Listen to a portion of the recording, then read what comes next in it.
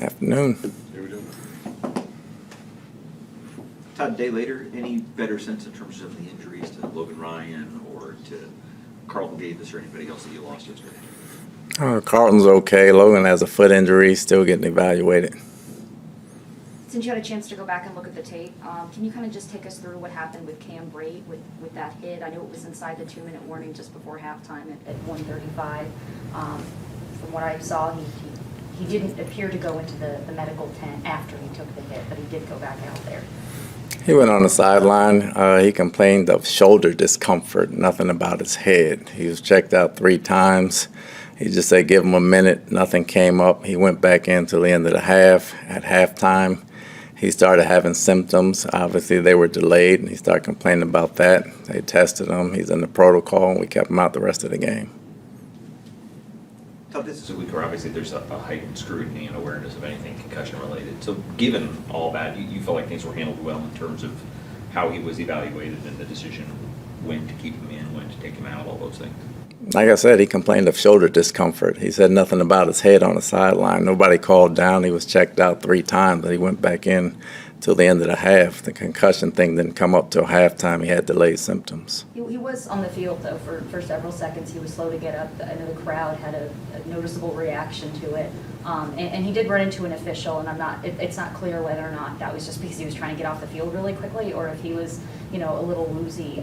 And I don't know if you had a chance to talk to him about that at all. But in those situations, if a player says they're okay, it would then be like on the neurologist to say, no, we're going to hold you out for a few plays here to just see, because, maybe that's when symptoms would have progressed as opposed to, putting him back out there in harm's way again.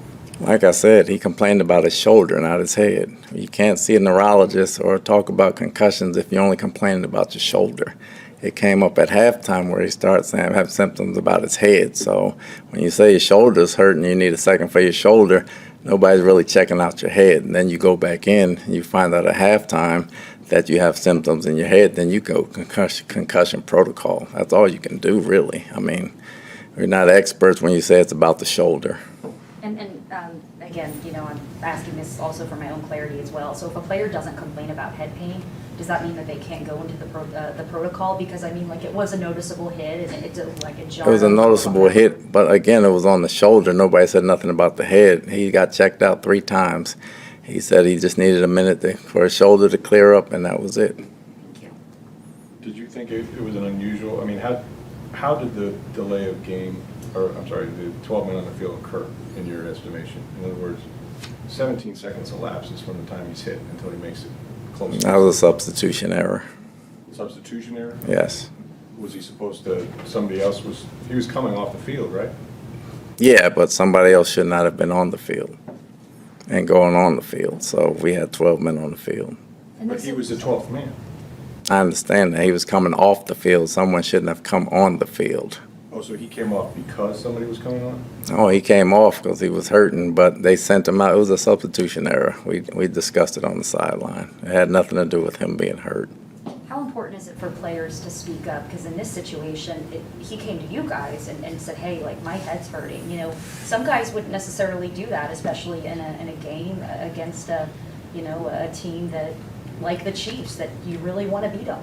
Nobody wants to come out of games. It's always important for players to speak up. It's important for us to see it as well. Obviously, if we see a hard hit, somebody upside the head, you want to take a look at it. Some things you don't see if it's anywhere around this area right here, and it may have a delayed reaction with a knee-jerk thing. So player safety is important for us in this league. We're not trying to play anybody that's hurt. Todd, you mentioned that Julio got nicked up. It looked like he just went with the deep ball in the first pass of the first play of the second half, and it didn't seem like he could go full speed. Do you know when he aggravated things or when he hurt himself? No, he just never loosened back up for the second half, so really no point in putting him back in there, making it worse. Considering his recent medical history, Todd, how concerned are you at this point about how much you can get out of him? Well, we'll see. It's still early in the season. We want to make sure we get a healthy guy before we make that evaluation. Did you, the one, I know you guys had to throw, right? You got behind, had to throw the ball. But if Chris seemed to be playing pretty well. Obviously, Mike was back. When those two guys are going, is that really what your offense revolves around as much as anything. I know you want to be balanced, you want to do these kind of things, but at the end of the day, if you have those two on the field, did you find something, in other words, even though you lost, did it feel like your offense got a little bit of rhythm in the passing game, more aggressive, taking shots, whatever? We felt like we found something in the passing game with those guys back. Obviously, the chemistry was there. And when you got that kind of firepower, you want to use it. So, it's not about being balanced. It's about scoring enough points to win the ball game. I thought they did a decent job in the passing game last night. First down runs, the Chiefs did really well with it. They had 9 first down runs of 7 yards or longer.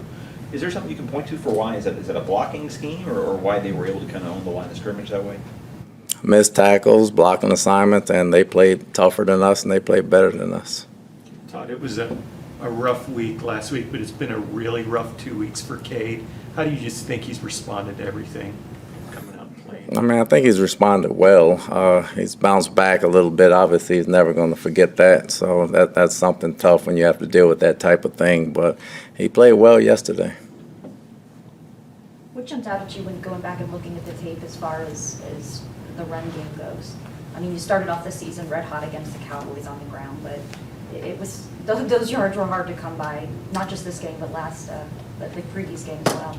Well, it's not where we want it to be. Obviously, we got to move the line of scrimmage a little bit better, so we're still working on that, and it's a work in progress.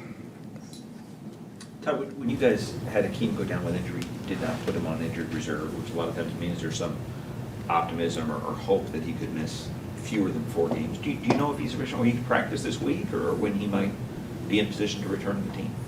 Well, we'll see where he is this week and next week. Obviously, we want him back as soon as possible, but we want him healthy. We'll see how he moves. What do you make of Atlanta, what they've done so far? A running team, obviously, Cordell Patterson will be out, Gerald Patterson, but what have you seen from the Falcons so far? I think they've done a great job. Their run schemes are outstanding, probably one of the tops in the league. Their defense is playing very well. They do a good job keeping you off balance. Mariota does a good job of running the offense. They have a lot of pieces to use. Obviously, the tight end is great. They got a first-round receiver. They got a lot of pieces, and their offensive line is very tough. So they've been running the ball on everybody. And considering how we play Sunday, it's going to be a tough task. Anything else?